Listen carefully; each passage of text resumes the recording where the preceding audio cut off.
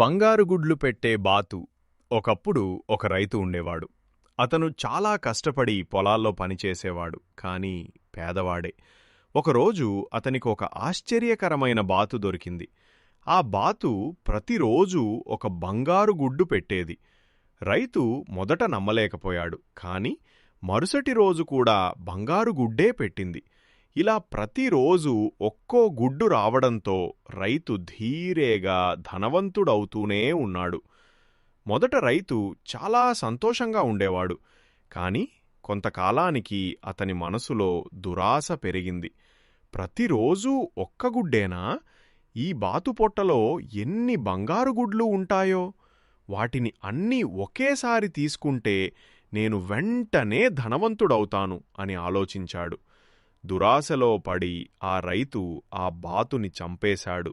కాని బాతుపొట్టలో ఏమీ లేవు. ఇకపై గుడ్లు రావు, బంగారమూ రావు. రైతు తన దురాశ వల్ల మిగతా ఆస్తి అంతా కూడా కోల్పోయాడు. నీతి: దురాశ మనిషిని నాశనం చేస్తుంది. తృప్తిగా ఉండేవాడు ఎప్పుడూ సుఖంగా జీవిస్తాడు.